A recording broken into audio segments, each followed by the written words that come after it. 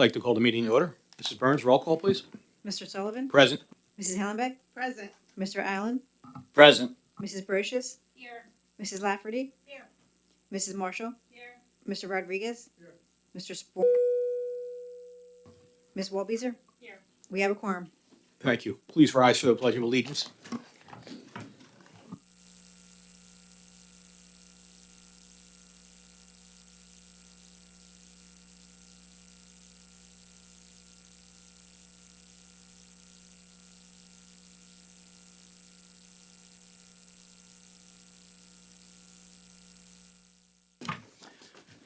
The board met in executive session this evening prior to this meeting to discuss matters of employment, issues related to labor relations, the purchase or lease of real property matters related to litigation, and matters related to school safety and security, and to provide 2 informational presentations. Mrs. Burns, any announcements? No announcements. Thank you. Mr. Bowman, Superintendent's report. Good evening, everybody. It was great sadness that I let everybody know that we lost a student at Neshaminy High School today.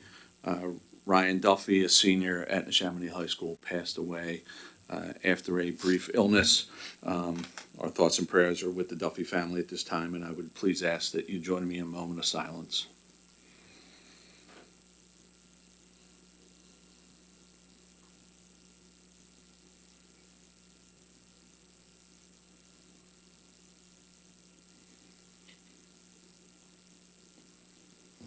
Thank you. I'd also like to congratulate 207 Neshaminy High School students that were inducted into the National Honor Society during a ceremony this past Thursday. To be accepted into the Honor Society, a student is required to maintain a 3.75 grade point average, but also complete 20 hours of community service each year. It was a beautiful ceremony. I was pleased to share our Neshaminy pride for their accomplishments with each of the inductees and their families. Congratulations. Earlier this month, the Tri-M Music Honor Society held their induction ceremony at the high school, during which 19 new members and 40 returning members were inducted. One more ceremony to report: 16 Neshaminy High School drama students were inducted into the International Thespian Society at a ceremony held in the Black Box 2 weeks ago. Congratulations to all those honored for their dedication and passion for the performing arts. Herbert Hoover Elementary School second grade teacher Laura Krantz was honored this month with a 2025 A+ Educator Award from Bucks County Parent Magazine. An article on their website, which I encourage you to check out, cited her passion and creativity, inspiring her second graders to learn, explore, and believe in themselves. Laura is a PTO liaison and was nominated by one of the Hoover parents, which I think tells you a lot about the positive impact she not only has on her students, but also the entire school community. My congratulations to her for this well-deserved honor. We also have with us tonight Miss Erica Crozier and Miss Carol Foley, teachers here at Maple Point, and a couple of their students that are here to talk about the Veterans Day ceremony. We have Colston Fine and Peyton Hart that would like to speak with you tonight. Come on up, guys. Hit the little button there. Good evening. I'm Colson Fine. And I am Peyton Hart. Maple Point Middle School will be holding its annual Veterans Day ceremony on Monday, November 10th, 2025. This will be our 24th year celebrating these heroes. The ceremony will take place in the Maple Point Middle School auditorium. It is a wonderful way for our students and community to show appreciation for the sacrifices that our local veterans have made and to celebrate the courage our veterans have shown in defending our country. The Maple Point staff and students would like to invite veterans in our community to attend the celebration at Maple Point Middle School the morning of November 10th. Attendees should arrive at the auditorium lobby starting 9:30 a.m. for refreshments and check-in. The ceremony will begin at 10:30 a.m. Veterans who are interested in attending should contact Maple Point Middle School 215-809-6230 or register in the main office at Maple Point. Thank you, and we look forward to seeing you on November 10th.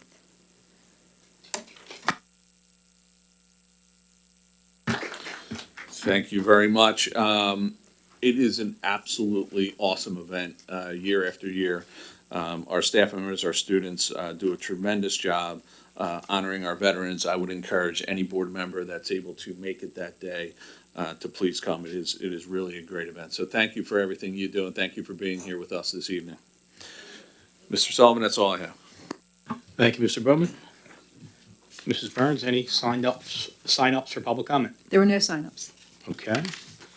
That being said, we will move to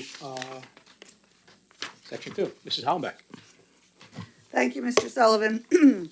I'd like to make a master motion for 2.01 appointments, new hires, 2.02 appointment rehires, 2.03 appointments reclassifications, 2.04 retirements, resignations, end of assignments, 2.05 leaves of absence, 2.06 co-curricular and ancillary assignments, 2.07 summer pass, County of Bucks agreement, 2.08 contracted services for 2025 through 2026, 2.09 consideration of authorizing traffic signal easements with Middletown Township and the County of Bucks for Core Creek Elementary School, 2.11 sale of 2015 Ford Police Intrepider sports utility, excuse me. 2.12 MOU Bucks County Children and Youth. We have a master motion on the floor. Can I get a second? Second by Mrs. Brochus. Any comments or questions? I would just like to point out in 2.04, congratulations to Scott Brigham, who is retiring after 39 years of service to Neshaminy. Thank you and well done. Great. Okay. So we have a second. All in favor? Aye. Opposed? Motion passes 9-0. 2.10, Mr. Allen? Thank you, Mr. Sullivan. I would like to place a motion on the floor for 2.10, resolution authorizing the preparation of a responsible contractor policy.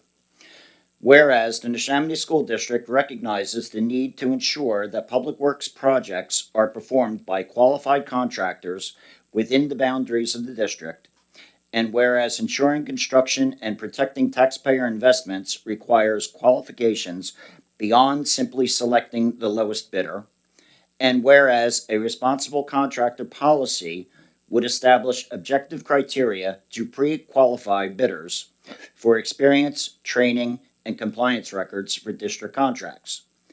Now, therefore, be it resolved that the Neshaminy School District hereby directs the district solicitor and district administration to begin preparing a draft responsible contractor policy for public works projects. And be it further resolved that the district administration and solicitor shall conduct research, consult with stakeholders, and present a draft policy for review and consideration by the Neshaminy School District at a future policy committee board meeting. We have a motion on the floor. Can I get a second? Second by Mrs. Marshall. Comments or questions? I have a few.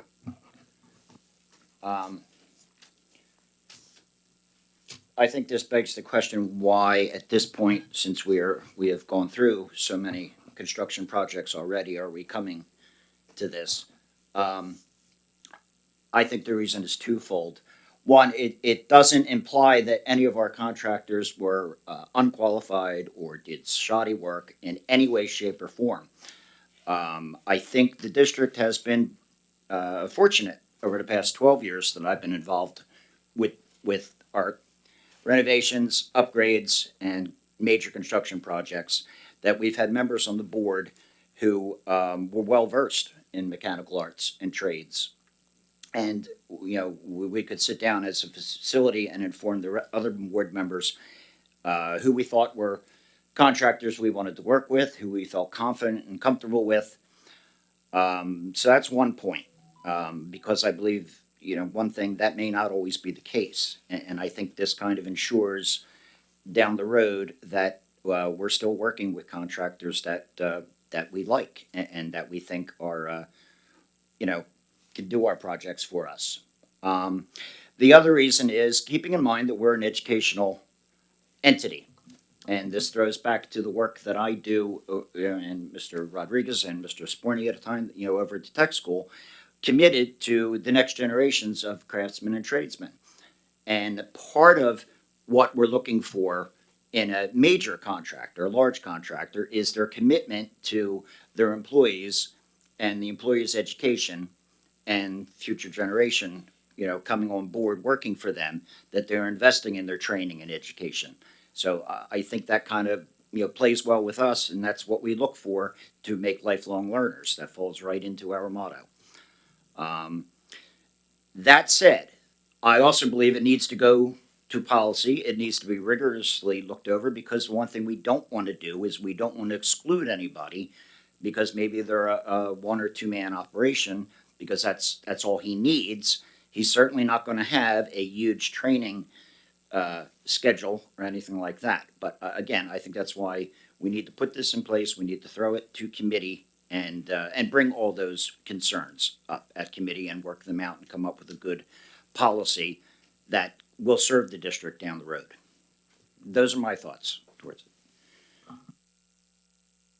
Anyone else? Just real quickly, in regards to this, I believe I've spoken to some of you before about this. I have no issues discussing this. I think it's something that we should look into. I do not want to exclude anybody. Like Mr. Allen said, I just think it should be rigorously looked at and done through the policy committee, as well as the business ops committee at some point, just because they have contractors who have worked with us before, that they would know. I don't want them to get left out of anything if and when we decide to put this policy in place. So I look forward to the conversation. Agreed. I think all stakeholders need to be included. Additionally, I just want to add, I think too, there's ways to look into how it might benefit our students from an educational standpoint. Youth apprenticeships are age 16 to 24. We have many students that perhaps are going into trades, looking into trades that maybe are not offered opportunities at the tech school. So I look at this as a way to gain additional partnerships and relationships for potential workforce generation that we could have through this type of an agreement. A reminder, voting on this motion does not set anything in concrete. It is simply agreeing that we need to set it to committee and have that discussion. Discussion? For discussion, yeah. Like we discussed so many other things in committee. Same way. Okay. All right. Yeah, all right, so we have a second on it, so all in favor? Aye. Opposed? Motion passes 9-0. That brings us to items for approval at the public board meeting. 3.01 will be routine matters. 3.02 will be the BCIU number 22 Homestead Farmstead District Agreement. 3.03 overnight trips. 3.04 Sunday facility usage. 3.05 agreement with Sawari. Okay, that brings you to committee reports. Business operations, Mrs. Hollenbeck.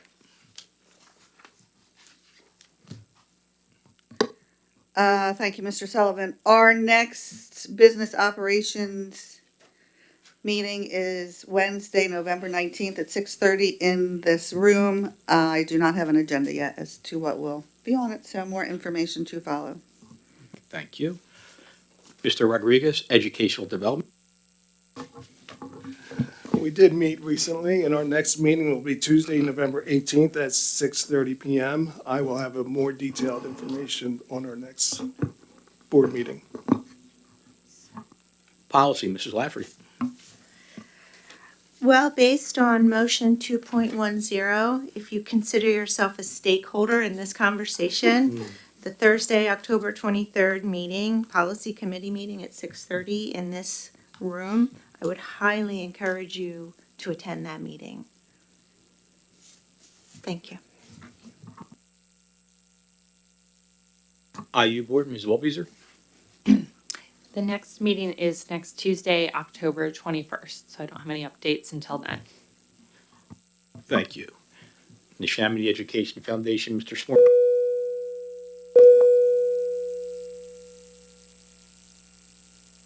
landing. Thank you, Mr. Sullivan. I'll be at that policy meeting. The NEF, the Neshaminy Education Foundation, the board of the NEF met here at Maple Point yesterday. They discussed the upcoming Alumni Achievement Awards, which will honor 5 alumni during a ceremony on Monday, November 24th. They also discussed the upcoming NEF Classroom Grant Program, which begins accepting grant apps within the next 2 weeks. Winners will be announced in December. The next NEF meeting will be on Monday, November 10th at 4 in the CNI Conference Room at Maple Point. Members of the Neshaminy community are welcome to attend and participate. Thanks. Thank you, Mr. Sporny. PSBA Liaison, Mrs. Marshall. No report at this time. Very informative, thank you. Tech Board, Mr. Allen. Thank you, Mr. Sullivan. The Bucks County Technical High School Joint Board met Monday, September 29th, 2025. Students reported, our student council reported on a handful of events. Their head freshman and parent orientation was held Tuesday, August 26th.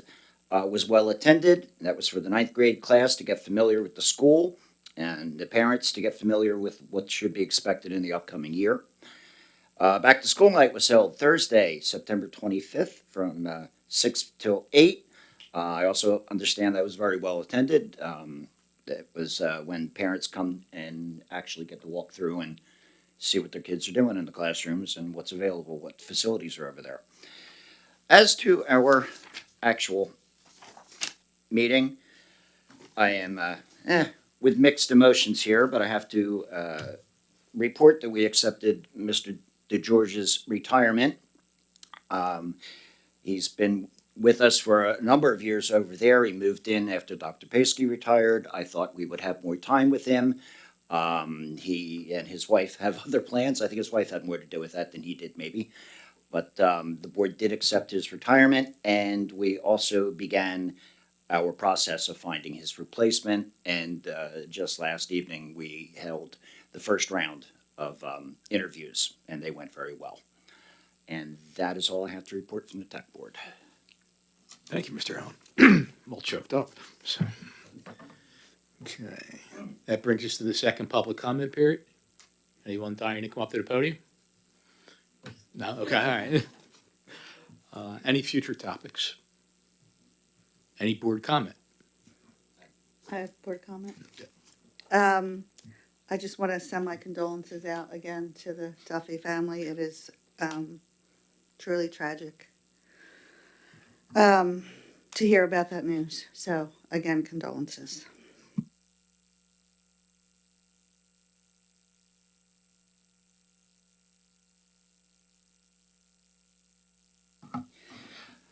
Yes, I would like to report on Bridge 304 on Silver Lake Road in Middletown has been dedicated on Tuesday, October 7th to First Lieutenant Lee F. Klickner of the U.S. Army. Lee was a graduate of Neshaminy High School, class of 1963, where he was a champion wrestler, and later he was a wrestler at Penn State University. He entered the U.S. Army in 1968, began his tour of duty in Vietnam in June of 1969. He served as an infantry unit commander with 198th Light Infantry Brigade, 1st Battalion, 52nd Infantry, E Company. He died from small arms fire on October 25th, 1969 in Quang Dam Nam Province, South Vietnam. Lee was awarded not only a Bronze Star, 2 Silver Stars, and 2 Purple Hearts. This is the 19th bridge honored by the county of the 136 Vietnam casualties throughout our county.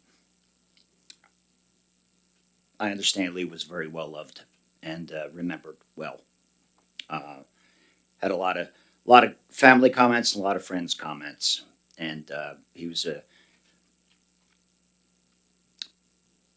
It's just great, for our Neshaminy community to remember those who gave all for our country and for our community. That's all I have. Thank you. Thank you, Mr. Allen. And just a reminder to reiterate, the Maple Point Veterans Event is a tremendous event. If you have the opportunity to attend it, I attended last year and thought it was a great opportunity to be engaged with the community and to be surrounded by veterans and honor them in that special way. So if you have an opportunity to go out to that, please do. Comes to the closing of the meeting, and although it's been mentioned already, future meetings are October 28th in this room will be the next public board meeting. Business operations on November 19th here. Educational Development Committee will be on November 18th here. And the Policy Committee will be on October 23rd, and all those meetings are at 6:30 PM. I'd like to make a motion to adjourn the meeting. Okay, all in favor? Aye. Aye. Meeting adjourned.